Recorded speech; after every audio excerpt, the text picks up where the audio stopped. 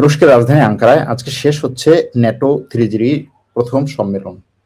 এই প্রথম ন্যাটো থেকে আমেরিকা কিছুটা তার ক্ষমতা একটুখানি কমিয়ে দিয়ে ইউরোপকে সামনে নিয়ে আসতে চাইছে। এই নতুন সেটআপটাকে বলা হচ্ছে ন্যাটো 3G। এই ন্যাটো 3Gতে ইউরোপ আরো বেশি অ্যাক্টিভ হবে, ইউরোপ আরো বেশি ইনভলভ হবে, ইউরোপ আরো বেশি অস্ত্র ব্যবহার করবে, অস্ত্র কিনবে, অস্ত্র তৈরি করবে এবং ন্যাটোর স্ট্রাকচারটা নতুন করে কিছুটা হলেও নতুন করে সাজাবে, এরকম একটা পরিকল্পনা ন্যাটো 3G থেকে। এই ন্যাটো 3G সম্মেলনে তুরস্কের রাজধানী আঙ্কারা থেকে মার্কিন প্রেসিডেন্ট ডোনাল্ড ট্রাম্প ঘোষণা দিলেন যে আজকে রাতে ইরানের উপরে আরো বেশি হামলা করার সম্ভাবনা আছে। এই ন্যাটো 3G সম্মেলনে তুরস্কের রাজধানী আঙ্কারা থেকে মার্কিন প্রেসিডেন্ট ডোনাল্ড ট্রাম্প ঘোষণা দিলেন যে ইরানের সাথে তাদের যে একটা সমঝোতা স্মারক স্বাক্ষরিত হয়েছিল, যেটার উপরে ভিত্তি করে ইরানের সাথে আমেরিকার যুদ্ধবিরতি এবং 60 দিনের একটা আলোচনার কথা চলছিল, 60 দিনের একটা সময় তারা নিয়েছিল, সেটা থেকে মার্কিন যুক্তরাষ্ট্র দূরে সরে গেছে এবং সেই যুদ্ধবিরতি শেষ হয়ে গেছে। এই ন্যাটোর সম্মেলন চলাকালীন ইরান আমেরিকা একে অপরের উপরে ব্যাপক পরিমাণে পাল্টা হামলা করেছে।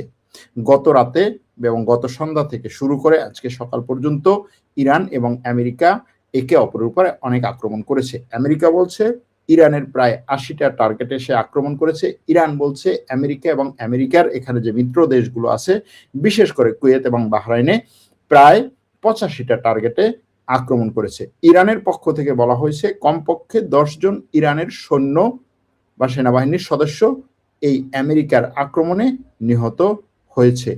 আমেরিকার প্রেসিডেন্ট ডোনাল্ড ট্রাম্প বলছেন যে ইরানের উপরে তেল নিষেধাজ্ঞা নতুন করে আরোপ করা হয়েছে। যেই তেল নিষেধাজ্ঞা উঠিয়ে নেওয়া হয়েছিল, নতুন করে আবার উত্তেজনা শুরু হয়েছে।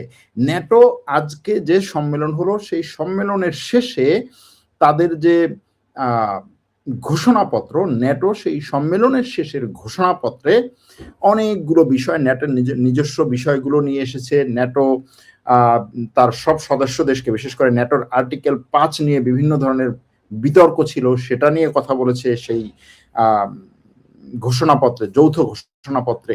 সেখানে বলেছে যে ন্যাটোর সদস্য দেশগুলো একে অপরকে হেল্প করবে। ন্যাটোর কোনো সদস্য দেশের উপরে আক্রমণ হলে সবাই সেখানে তাকে রক্ষা করার জন্য আসবে। ন্যাটোর কোনো দেশের উপরে আক্রমণ মানে হচ্ছে পুরো ন্যাটোর উপরে আক্রমণ, এরকম কথাগুলোকে তারা সেখানে পুনরাবৃত্তি করেছে। ন্যাটো ইউক্রেনকে কিভাবে সহযোগিতা করছে, সেখানে ইউক্রেনকে সহযোগিতা করার জন্য আরো $70 বিলিয়ন যে প্রতিশ্রুতি, সেটা কিভাবে বাস্তবায়ন করবে। ন্যাটো ইউরোপকে আরো কিভাবে শক্তিশালী করবে, ইউরোপের কাছ থেকে ইউরোপের সামরিক শক্তিকে বা ইউরোপের সামরিক খাতকে আরো শক্তিশালী করার জন্য ইউরোপ কতটা নতুন করে সামরিক খাতে বিনিয়োগ করবে, এগুলো নিয়ে তারা কথা বলেছে। ইউরোপ গত বছর তার মোট বাজেটের প্রায় 11% সামরিক খাতে ব্যয় করেছে, এতে ন্যাটো যথেষ্ট পরিমাণে সন্তুষ্ট, এরকম কথাগুলো এসেছে। কিন্তু ইরান নিয়ে সেই ঘোষণাপত্রে একটা কথা তারা স্পষ্ট করেছে। তাদের কথা, ইরানকে অবশ্যই কোনোভাবে পরমাণু অস্ত্র অর্জন করতে দেয়া হবে না এবং হরমুজ প্রণালী কোনো ধরনের বাধা বিপত্তি ছাড়াই উন্মুক্ত করে দিতে হবে। এটা ন্যাটোর সব সদস্য দেশের পক্ষ থেকে ডাক এসেছে, মানে এই ডাকটা তারা এখান থেকে দিয়েছেন। কিন্তু ইরানের কথা হচ্ছে, আমেরিকা যদি ইরানের উপরে আক্রমণ চালায়, যদি একটা আক্রমণ চালায়, ইরান দরকার হলে ডবল আক্রমণ চালাবে। ইরান পিছপা হবে না এবং ইরানে সর্বোচ্চ ধর্মীয় নেতা, মানে সাবেক সর্বোচ্চ ধর্মীয় নেতা আয়াতুল্লাহ খামেনেই, তার দাফন ক্রিয়া চলছে। মানে এই যে প্রায় 9 দিন 10 দিনের যে অনুষ্ঠান, সেটা চলছে। তার কফিন এখন ইরাকে আছে। ইরাক থেকে আজকে রাতে আবার ইরানে যাবে, তারপরে হচ্ছে আগামীকালকে ইরানে দাফন করা হবে। আমেরিকার প্রেসিডেন্ট বলেছিলেন যে এই খামেনেইর দাফন প্রক্রিয়া সম্পন্নের জন্য 1 সপ্তাহের একটা সময় আমি ইরানকে দিলাম। কিন্তু সেই কথার আগেই যখন ন্যাটোর সদস্য দেশের রাষ্ট্রপ্রধানরা 32টি দেশের রাষ্ট্রপ্রধানরা আঙ্কারায় সম্মেলন করছিলেন, ঠিক সেই সময় হরমুজ প্রণালী ঘিরে ইরানের উপরে পাল্টা আক্রমণ চলছিল। এই পাল্টা আক্রমণের জন্য কে দায়ী, এরকম একটা প্রশ্ন সামনে আসে যে কে দায়ী, এই হঠাৎ করে হচ্ছে এটাকে নতুন করে এতটা উত্তেজনাপূর্ণ করার জন্য দায়ী কে? আমেরিকা বলছে দায়ী ইরান, ইরান বলছে দায়ী আমেরিকা। কিভাবে? আমেরিকা বলছে যে গতকাল ইরান 3টা বাণিজ্যিক জাহাজে আক্রমণ করেছে। এই 3টি বাণিজ্যিক জাহাজ কোনোভাবেই হচ্ছে মানে আমেরিকার সাথে সম্পৃক্ত না সরাসরি, কিন্তু ইরান এই 3টা জাহাজে আক্রমণ করেছে। আমেরিকার কথা হচ্ছে 14 অধ্যায়ের বা 14 পয়েন্টের যে এগ্রিমেন্ট বা যে MOU তারা স্বাক্ষর করেছে সেটা অনুযায়ী হরমুজ প্রণালী দিয়ে সব জাহাজকে অবাধে যেতে দিতে হবে। ইরানের কথা হচ্ছে হরমুজ প্রণালী দিয়ে জাহাজ যাবে আমার নির্ধারিত রুটে, এর বাইরের দিয়ে কোনো জাহাজ যেতে পারবে না। এখন এই 3টি জাহাজ, ইরানের বক্তব্য যে এই 3টি জাহাজ হরমুজ প্রণালীর ইরানের কুল দিয়ে বা ইরানের কিনারা দিয়ে যায়নি, বরং গিয়েছে ওমানের কিনারা দিয়ে। ওমানের কিনারা দিয়ে যখন তারা যেতে চেষ্টা করছে তখন ইরান তাদের উপরে আক্রমণ করছে। আর আমেরিকার কথা হচ্ছে ইরান এই ধরনের বিনা কারণে বাণিজ্যিক জাহাজে আক্রমণ করার মাধ্যমে এই চুক্তির শর্ত ভঙ্গ করেছে, তার উপরে আক্রমণ করব। এই পাল্টা আক্রমণ চলছে। আসলে এখানে ইরানও আক্রমণ না করলেও পারতো, আবার আমেরিকাও এটার বিরুদ্ধে পাল্টা আক্রমণ না করলেও পারতো, কারণ এর আগে আমরা দেখেছি যে এরকম ঘটনা ঘটেছে, ইরান জাহাজে আক্রমণ করেছে, ট্রাম্প বলেছে যে ইরান জাহাজে আক্রমণ করলেও কিন্তু এখনো পর্যন্ত সে এই যুদ্ধবিরতির শর্ত ভঙ্গ করে নাই, সুতরাং এই মুহূর্তে ইরানের উপর আক্রমণ করার দরকার নাই। আবার হরমুজ প্রণালীতে ইরান জাহাজ আটকে দিয়েছে, আন্তর্জাতিকভাবে খবর হয়েছে, ট্রাম্প বলছে যে না, আমরা যতদূর খবর শুনেছি, খবর দেখেছি যে ইরান কোনো জাহাজ আটকে দেয় নাই, হরমুজ প্রণালী উন্মুক্ত, সব জাহাজ চলতেছে, অর্থাৎ আক্রমণ করে নাই সে। আবার কখনো একটা খবর আসছে যে ইরান হরমুজ প্রণালীতে কোনো একটা জাহাজের উপরে আক্রমণ করেছে, জাহাজ ঠেকিয়ে দিয়েছে। ট্রাম্প বলছে যে না, আমাদের কাছে এরকম কোনো খবর নাই, খবর হলে অবশ্যই আমরা সেটার প্রতিকার করব, প্রতিশোধ নেব, প্রতিরোধ করব। অর্থাৎ এইগুলোর মাধ্যমে সে আক্রমণ করে না। কিন্তু গতকালকে যেটা হয়েছে যে আসলে আমেরিকা চাইলে এই আক্রমণের পরেও পাল্টা আক্রমণ ওইভাবে নাও করে থাকতে পারত, কিন্তু ন্যাটোর সম্মেলনকে ঘিরে যখন ন্যাটোর সদস্য দেশের রাষ্ট্রপ্রধানরা জাস্ট ইরানের প্রতিবেশী দেশ তুরস্কের রাজধানীতে সম্মেলন করছে, ইরানের একেবারে বর্ডার সীমান্তবর্তী দেশ তুরস্কে, ঠিক সেই সময় আমেরিকার সেন্টকম ইরানের উপরে ব্যাপক পরিমাণে আক্রমণ চালিয়েছে। ইরানও পাল্টা আক্রমণ চালিয়েছে। কোথায়? কাতার এবং এই বাহরাইন এবং কুয়েতে। ঠিক এই ঘটনা যখন চলতেছিল, ন্যাটোর সদস্য দেশের রাষ্ট্রপ্রধানরা আঙ্কারায় বসে আলোচনা করতেছিল তাদের বিষয়গুলো, তার মধ্যে ইরানের বিষয়টাকে নিয়ে এসে ন্যাটোর পক্ষ থেকে ইরানের বিরুদ্ধে একটা স্টেটমেন্ট, যৌথ বিবৃতি এসেছে। গেল এটা। এর বাইরে আরো কি কি আছে সেগুলো নিয়ে একটু কথা বলি।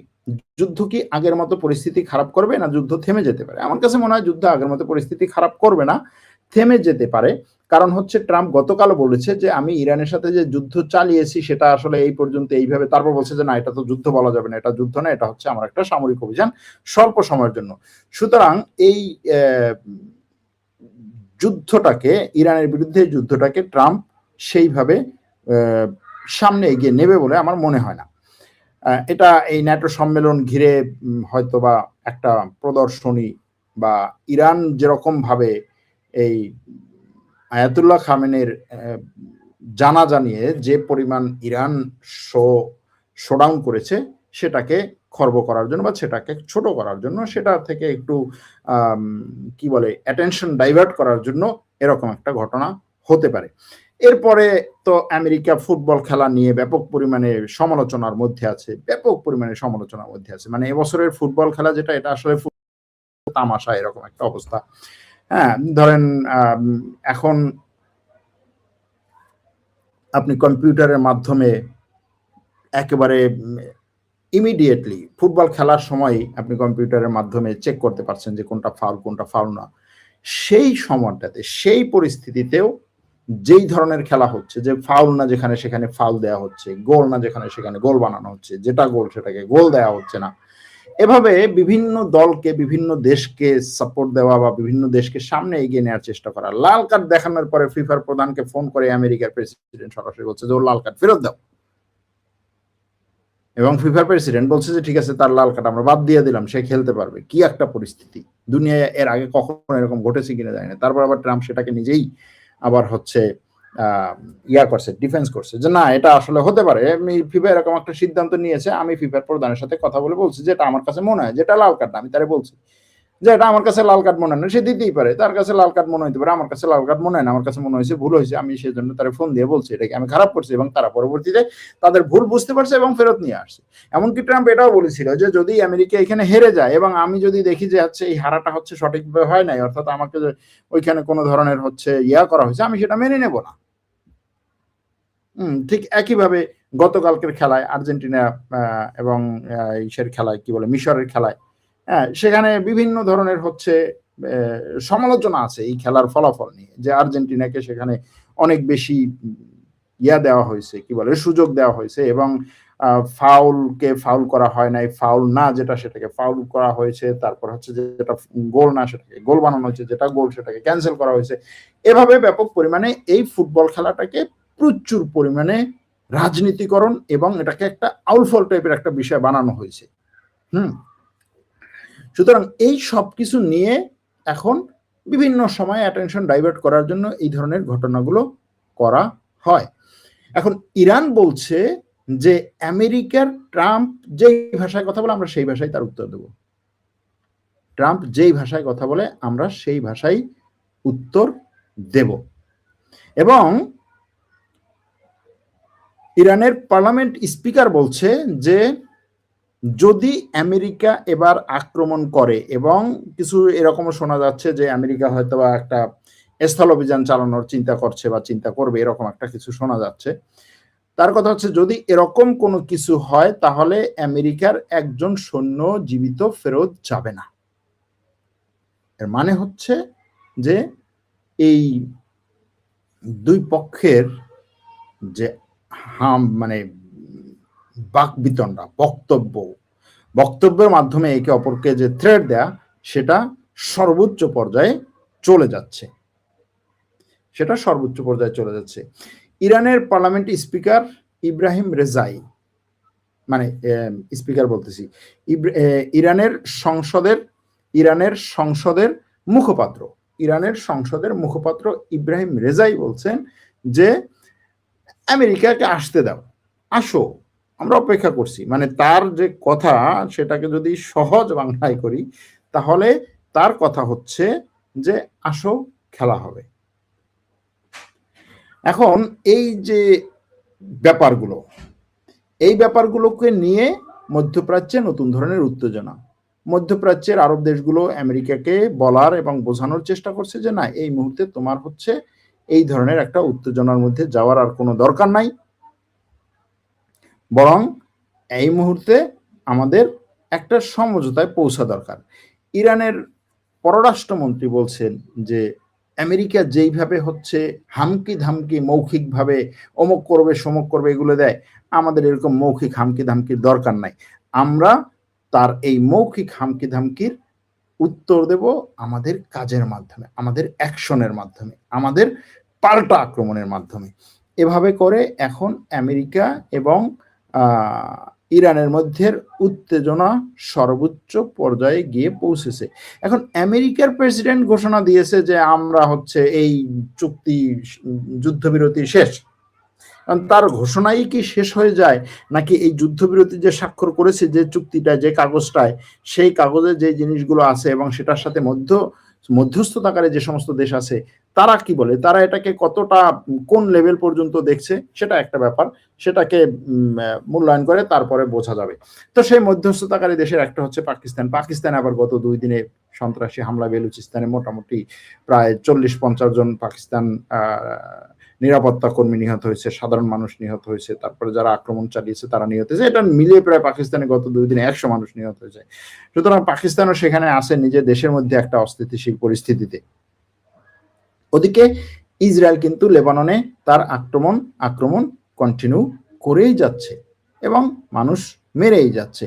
এখন এই আমেরিকা এবং ইরানের মধ্যে যে উত্তেজনা, পাল্টা উত্তেজনা, এই জিনিসগুলো যে চলছে, এটা নিয়ে বিভিন্ন দেশ, ভারত পর্যন্ত বলছে যে না, এই উত্তেজনাটাকে থামানো দরকার, এই উত্তেজনাটা নেওয়া ঠিক হবে না। এখন এই ঘটনা এ পর্যন্ত আসছে। যুদ্ধবিরতি একটা নাটক, একটা দুর্বল দেশগুলোকে হুমকি ধামকির পরে পার পেয়েছে, এবার ইরানের উপরে পার পাবে না। ইরানের পরমাণু কর্মসূচি নিয়ে কিছু বলেন, তারা কি পারবে বোমা তৈরি করতে? ইরানের পরমাণু কর্মসূচি এখনো পর্যন্ত মানে বোমা তৈরির পর্যায়ে যায় নাই। ইরান এরকম ন্যাকামি করে কেন? না পারলে চুপচাপ থাকবে, পারলে কেউ বোমা তৈরি করবে। ভাই, আমেরিকা সবসময় সুযোগ খুঁজতেছে, যুদ্ধবিরতি একটা নাটক, একটু দুর্বল দেশগুলো একটু হুমকি দামকি দেয়, পরে পেয়েছে দেখেছি বিড়াল হয়ে যায়। This is my first time watching your live session, even though I have watched almost all of your videos. Great to see you live. যুদ্ধ থামা উচিত, ইরানেরও আরো দায়িত্বশীল আচরণ করা উচিত। নাসা স্যাটেলাইট থেকে দেখছি, ধন্যবাদ। এটা বুঝি নাই, নাসা স্যাটেলাইট থেকে দেখছি। কথা সেটা হচ্ছে, আঙ্কারায় বসে তিনি ইসরায়েলের প্রধানমন্ত্রী নেতানিয়াহুকে বলেছেন যে নেতানিয়াহু গতকালকে ফক্স টেলিভিশনে তুরস্কের বিরুদ্ধে এবং এরদোয়ানের বিরুদ্ধে যে কথাগুলো বলেছে সেটা আমার খুব ভালো লাগে নাই। হ্যাঁ, তাকে আমি অনেক ভালোবাসি, এরদোয়ানকেও আমি ভালোবাসি, দুইজনকেই ভালোবাসি, কিন্তু তারা একে অপরকে ভালোবাসে না, একে অপরকে পছন্দ করে না, ভালোবাসে না, সেটা আমি জানি। কিন্তু নেতানিয়াহু যে কথাগুলো এরদোয়ানকে নিয়ে বলেছে সেটা আমার ভালো লাগে না। নেতানিয়াহু কি কথা বলেছে এরদোয়ানকে নিয়ে? নেতানিয়াহু বলছে যে এরদোগান হচ্ছে মানে এমন একজন শত্রু, আমার তার কথা, নেতানিয়াহুর কথা, এমন একজন শত্রু, সে হচ্ছে মানবতার শত্রু, সে হচ্ছে বিশ্বের শত্রু, সে হচ্ছে শান্তির শত্রু, সে হচ্ছে আমেরিকার শত্রু, সে হচ্ছে ইসরায়েলের শত্রু, এরকম একটা মানে মনোভাব আর কি তার কথার। কেন? এর কারণ হচ্ছে এরদোগান হামাসকে সাপোর্ট দেয়, এরদোগান হিজবুল্লাহকে সাপোর্ট দেয়, এরদোগান ইসরায়েলকে শেষ করে দিতে চায়, এরদোগান কুদুসকে, মসজিদে আকসাকে মুক্ত করতে চায়, এবং এরদোগান এই এলাকায় শক্তিশালী হতে চায়, সাইপ্রাসের অর্ধেক দখল করে রেখেছে, গ্রিসকে আক্রমণ করতে চায়। এটা হচ্ছে নেতানিয়াহুর কথা। তো নেতানিয়াহু যেই দোষগুলো বলেছে, এই দোষগুলোর কোনো একটাকেও আপনি বাদ দিতে পারবেন না, সবগুলোই চায়, যদি সেরকমই হয় আর কি। হ্যাঁ, সবগুলোই চায়। যদি সে এইগুলো চায় তাহলে তো আসলে নেতানিয়াহুর জ্বলবেই, এটা তো অস্বাভাবিক কিছু না। আবার যদি সে এইগুলো চায় তাহলে বর্তমানে তুরস্কের যে সামরিক শক্তি, সামরিক পরিকল্পনা, সামরিক অগ্রগতি, হ্যাঁ, এই সব কিছু তাহলে বুঝতে হবে যে হ্যাঁ, তার বিরুদ্ধে। দেখেন, এখান থেকে যদি তুরস্ক হিজাজ রেলওয়ে যেটা করতে চাচ্ছে, যে হিজাজ রেলওয়ে যাবে তুরস্ক হয়ে, সিরিয়া হয়ে, জর্ডান হয়ে সৌদি আরব পর্যন্ত, হয়তো এটা হতে দিবে বা দিবে না, তার চেয়ে বড় জিনিস হচ্ছে এরকম একটা প্রকল্প। এখন এই প্রকল্প যদি জর্ডান পর্যন্ত যায়, জর্ডান পর্যন্ত বাদ দিলাম, সিরিয়ার শেষ সীমান্ত পর্যন্ত যদি যায়, যেখান থেকে মাত্র কয়েক মাইল দূরে হচ্ছে ইসরায়েল, তাহলে এই রেল লাইন দিয়ে কি যাবে? প্রয়োজন অনুযায়ী যখন প্রয়োজন হবে কি যাবে? ট্যাঙ্ক যাবে, অস্ত্র যাবে, সহজ জিনিস, ব্যাপক পরিমাণে যাবে। লিবিয়ার সাথে তুরস্ক যে চুক্তিটা করেছে, সেই চুক্তির মাধ্যমে ভূমধ্য সাগরে যে একটা বড় ধরনের হচ্ছে ব্যারিকেড দিয়ে ফেলেছে তুরস্ক, এটা তো জানা কথা, এটা তো নতুন না। এবং সে এখানে এমন একটা লাইন করেছে আর কি, নৌ রুট করেছে, যে নৌ রুটে, এই রুটের মধ্য দিয়ে তুরস্ক তার ইচ্ছা মতো জাহাজ চালিয়ে নেবে, কোন জাহাজ যাবে, কিভাবে যাবে, কি যাবে জাহাজের মধ্যে, এটা কেউ প্রশ্ন করতে পারবে না। একবার ফ্রান্সের জাহাজ এসেছিল প্রশ্ন করতে, তারপর সেই জাহাজকে এমন ভাবে তারা হচ্ছে লক করেছে, জাহাজ সেখান থেকে পালিয়ে গিয়েছে। এটা নিয়ে ইউরোপে ব্যাপক পরিমাণে তখন হচ্ছে আলোচনা হয়েছিল। তারপরে আর এখানে তুরস্কের জাহাজগুলোকে লক করতে আসে নাই ভূমধ্য সাগরে, পূর্ব ভূমধ্য সাগরে। এটা একটা দিক। ওইদিকে কাতার, উপরের দিকে হচ্ছে আজারবাইজান, নিচের দিকে হচ্ছে সোমালিয়া। এখন এই জিনিসগুলো এবং এই যে এরিয়া, এই এরিয়াটাকে শক্তিশালী করার জন্য সে তার ব্যালিস্টিক মিসাইল বলুন, তার যুদ্ধ বিমান বলুন, তার যুদ্ধ জাহাজ বলুন, এগুলোকে খুব দ্রুত অগ্রগতির দিকে নিয়ে যাচ্ছে। ট্রাম্প কি বলেছে আজকে? বলছে যে ইসরায়েলকে আমি অবশ্যই নিষেধ করব তুরস্কের সাথে না লাগতে, কারণ তুরস্কের রাষ্ট্রপতি ইসরায়েলকে যে পছন্দ করেন, এবং ইসরায়েল যেভাবে তুরস্কের উপরে হচ্ছে মানে কি বলে, তুরস্ককে যেভাবে খেপিয়ে দিচ্ছে, তাতে এরদোগান ইসরায়েলের বিরুদ্ধে যুদ্ধ যেতে মনস্থির করেছিল। এটা ছিল তার কথা, ট্রাম্পের কথা, যে আমি যদি না থাকতাম, আমি যদি না থামাতাম, তাহলে এরদোগান ইসরায়েলের বিরুদ্ধে এই যে ইরানের যে যুদ্ধে নামতো। তার কথা হচ্ছে আমিও জানি যে এরদোয়ান ইরানকেও হয়তো পছন্দ করে না, কিন্তু ইসরায়েলের বিরুদ্ধে ইসরায়েলকে এখন হচ্ছে দুর্বল পয়েন্টে পেয়ে ইসরায়েলের বিরুদ্ধে সে যুদ্ধে নামতো। এবং তুরস্ক ব্যাপক পরিমাণে একটা শক্তিশালী রাষ্ট্র, সামরিক দিক থেকে তার ব্যাপক পরিমাণের শক্তি এবং তার যে পরিমাণ সৈন্য আছে এই অঞ্চলে আর কারো নাই এই পরিমাণ সৈন্য, অ্যাক্টিভ সৈন্য। সে বলছে তার মিলিয়ন মিলিয়ন সৈন্য আছে। এরকম একটা দেশের সাথে ইসরায়েলের কোনোভাবেই লাগা ঠিক হবে না। এটা হচ্ছে ট্রাম্পের কথা। মার্কিন প্রেসিডেন্ট যদি তুরস্কে সফর করে, তুরস্কের রাজধানীতে বসে ন্যাটোর সম্মেলনে এরকম একটা কথা বলে, এটাকে আপনি কিভাবে মূল্যায়ন করবেন সেটা হচ্ছে আপনার ব্যাপার। কিন্তু সে এই কথা বলেছে, স্পষ্ট করে বলেছে যে আমি যদি না থাকতাম তাহলে ইসরায়েলের বিরুদ্ধে তুরস্ক যুদ্ধে নামতো, এবং ইসরায়েলের এটা ভাবা উচিত যে তুরস্ক সামরিক দিক থেকে ব্যাপক পরিমাণে শক্তিশালী।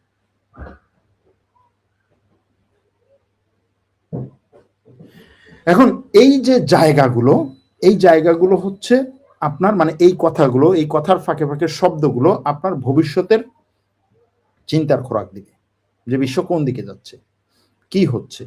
অনেকের প্রশ্ন, বিভিন্ন সময় এই প্রশ্নগুলো আছে যে ভাই ইসরায়েল যদি তুরস্ককে আক্রমণ করে, ইসরায়েল তুরস্ককে আক্রমণ করে, দেখেন ইসরায়েল তুরস্ককে আক্রমণ করার সাহস এখন ইসরায়েল পাবে না।